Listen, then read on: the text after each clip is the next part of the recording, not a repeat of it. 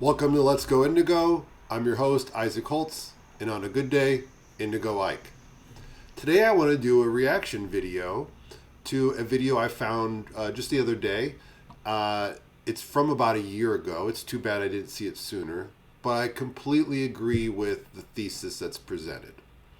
The video comes from a group called Developmental Philosophy.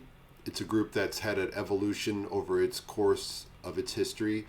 They used to be the Institute for Cultural Evolution, but they're longtime integralists, longtime students of integral theory, not just Ken Wilber's, but the whole gamut of integral thought and philosophy.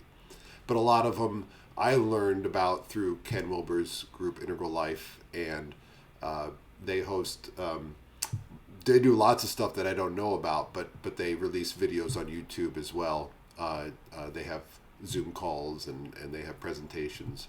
Fantastic stuff. So I'll put a link in the description below. But I'll start with the clip, and then I want to mention something that I've thought about for a while because of a quote that's in a New York City subway. It's a Carl Jung quote, and so I'll relate it back to that after the clip. It means that postmodernism, when it's successful, will revivify the dead universe and bring some aspect of that depth dimension, not just to you or to me, but to the waters of culture we swim in. It will be successful in that way, and that success will be a critical foundation for the next layer. I don't think postmodernism can be put back in a box. It's got work to do still, and it needs to be successful. I have often thought that the work, at least that I found myself most interested in, was supporting modernism, trying to defend modernism, because modernism had an enemy it didn't see. Modernism had an enemy from its left flank, and it had no idea it was there, right? Postmodernism was criticizing it and undermining it, and it didn't see it. And so revivifying and embracing modernism, speaking of postmodernists about how important modernism, the healthy aspects of modernism was really important and is really important. We have a whole culture that's in reaction to postmodernism. We can't just defend modernism. We also have to advance postmodernism. We also have to support its movement. We have to support its success. It needs to be successful. And as integralists, that can be hard sometimes because we can be in a bit of a dialectic with postmodernism, but we have to support its success. It needs to be successful. Yes. So this was just so well put. I'll probably have to trim a little bit just for time wise, but I do encourage you to see the whole video. And I want to touch upon this, and I think it's true the whole spectrum, but it's that if we want to see a Teal integrative world emerge, we have to support green postmodernism to be successful. We need that foundation of green to have Teal emerge, in the same way that green needs a foundation of orange to emerge. And this point is made by Carter in the earlier part of the video in terms of orange supporting the emergence of green in the same way that amber traditionalism supported the emergence, when successful, supported the emergence of orange modernism. So the quote that I saw in the subway is, it's in Teal in the Bryant Park subway station. Nature must not win the game. And then there's another part, and it says, but she cannot lose. And the whole quote from Carl Jung is this: nature must not win the game, but she cannot lose. And whenever the conscious mind clings to hard and fast concepts and gets caught in its own rules and regulations, as is unavoidable and of the essence of civilized consciousness, nature pops up with her inescapable demands.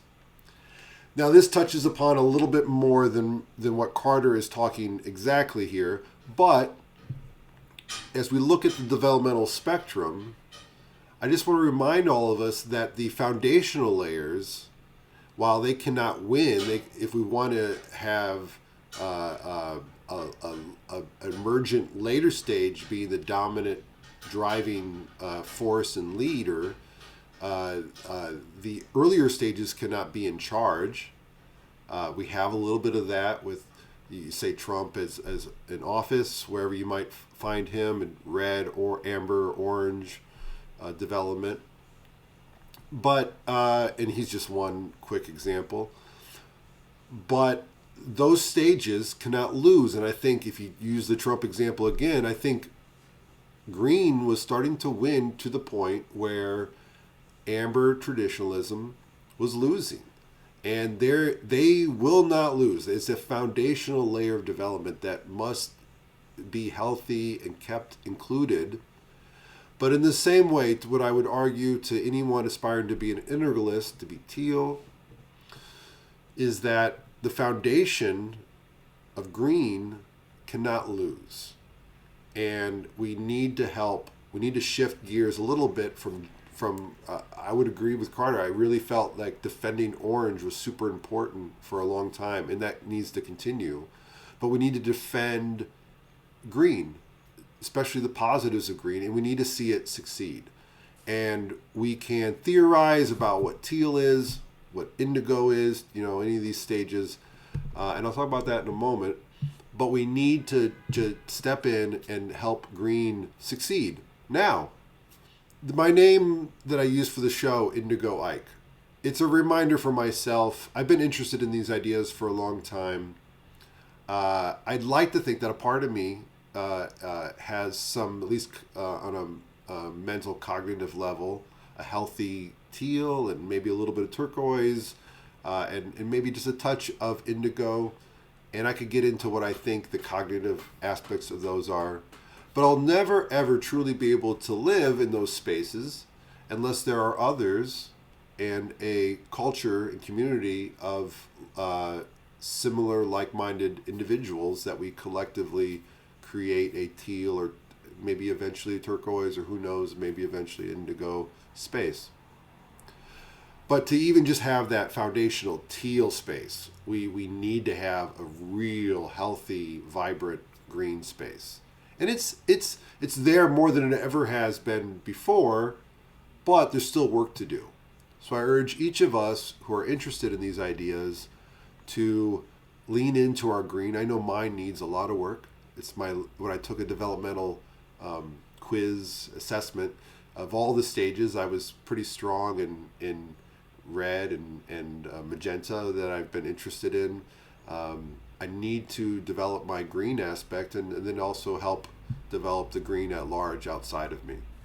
So please join me in that journey, and I look forward to having you join me there as well.